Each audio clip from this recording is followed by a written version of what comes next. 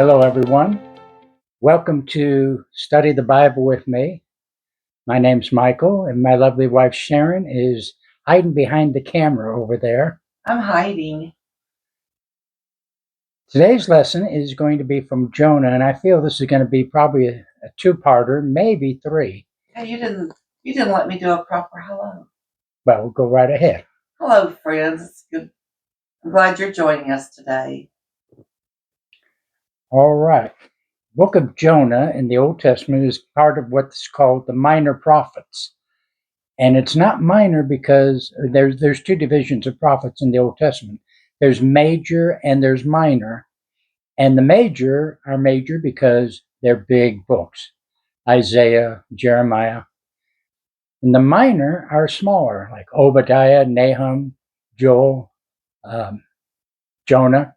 Let me interject this. The major prophets have a lot of chapters. Right. The minor prophets have very few. Right. Yeah. Major and minor, big and small. So that's the only difference. It doesn't mean that their message is any less important than a Jeremiah or an Isaiah. But in Jonah, we have the story of a prophet who did not want to be a prophet of God. Let me read some of this. Now the word of the Lord came unto Jonah, the son of Amittai, saying, Arise, go to Nineveh, that great city, and cry against it, for their wickedness has come up before me.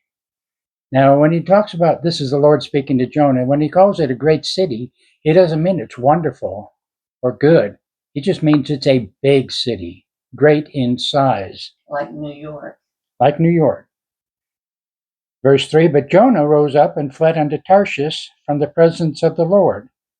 And Jonah went down to Joppa, and he found a ship going to Tarshish.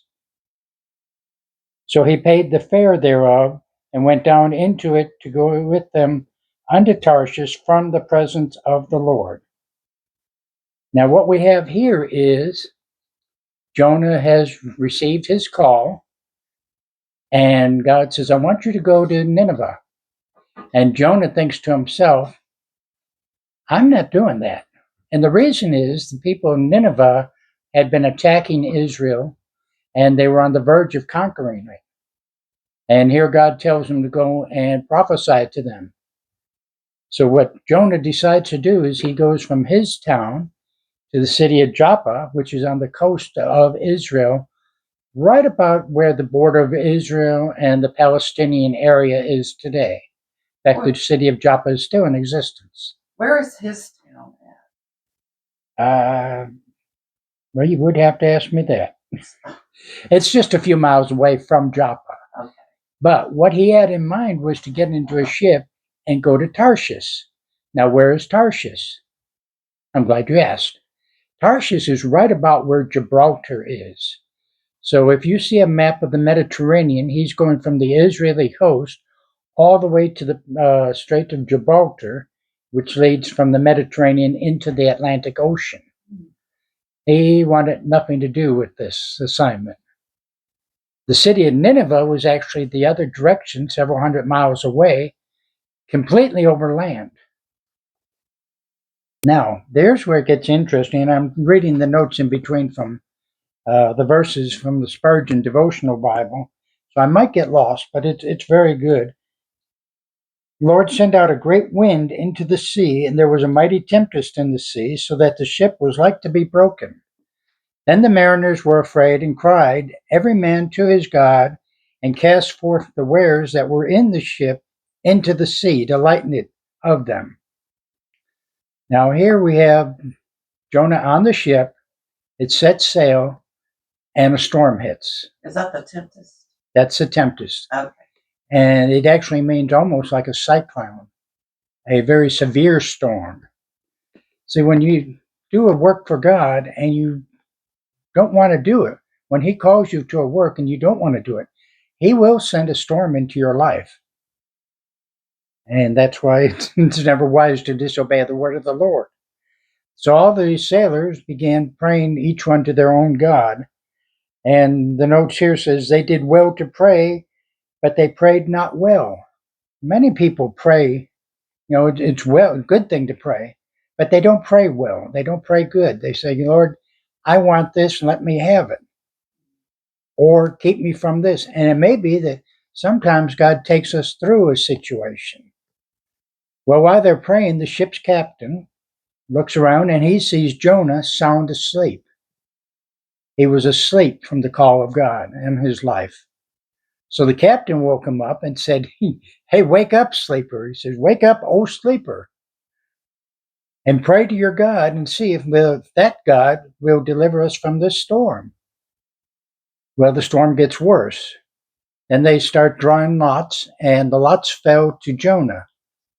And they said, Okay, Jonah, what is the reason that you are the cause of this storm? Who are you? Where are you from? And what's your business? And he said, I am a Hebrew, and I serve the Lord God, the only Lord God, who made heaven and earth. And he went on to tell them, If you throw me over into the water, the storm will stop, because the storm is here on my account. Well, they tried throwing more and more stuff over. Finally, they decided to throw Jonah overboard. And you can read in the chapter, the storm stops. And then it says each man made a sacrifice and made vows. I wonder who they made them to, because they were not followers of the Lord God.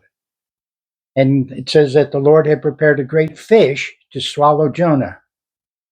Now, here's the amazing thing.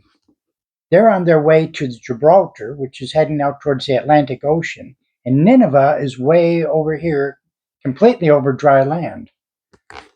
But for 3 days and 3 nights, Jonah rides around in this fish, and chapter 2 is the prayer that he makes. But the interesting thing is, not so much that he survived, although that is a miracle, but the thing is, how did that fish get from the Mediterranean Sea to a completely landlocked city hundreds of miles away? It was a miracle. Now, some scientists guess that there's an underwater passageway that the fish took, but still, the Mediterranean is salty, and when he can't spit out on shore and out of a river by Nineveh, it was a freshwater river. And if you know anything about fish, the only fish I know that can do that is a salmon, and salmon aren't big enough to swallow a person. Well,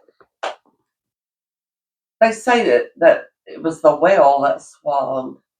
That's in Matthew. That's what Jesus said. Oh, he did? Okay. Mm-hmm. I was wondering what other kind of big fish would be able to swallow a human.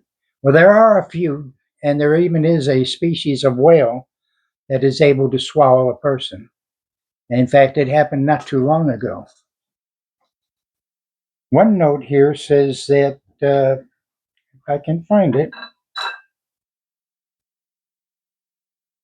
it says, He that would flee from God, the devil will lend him both spurs and a horse.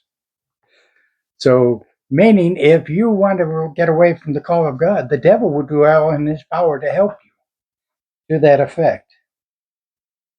Well, I think we're going to have to cut it there, and we'll have another one Sunday.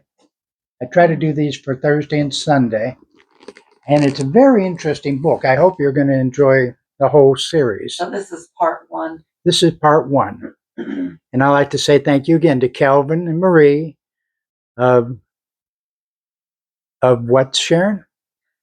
Southern Country Living. Southern Country Living. And it's do what you love and love what you do. That's how they close their show. That's right.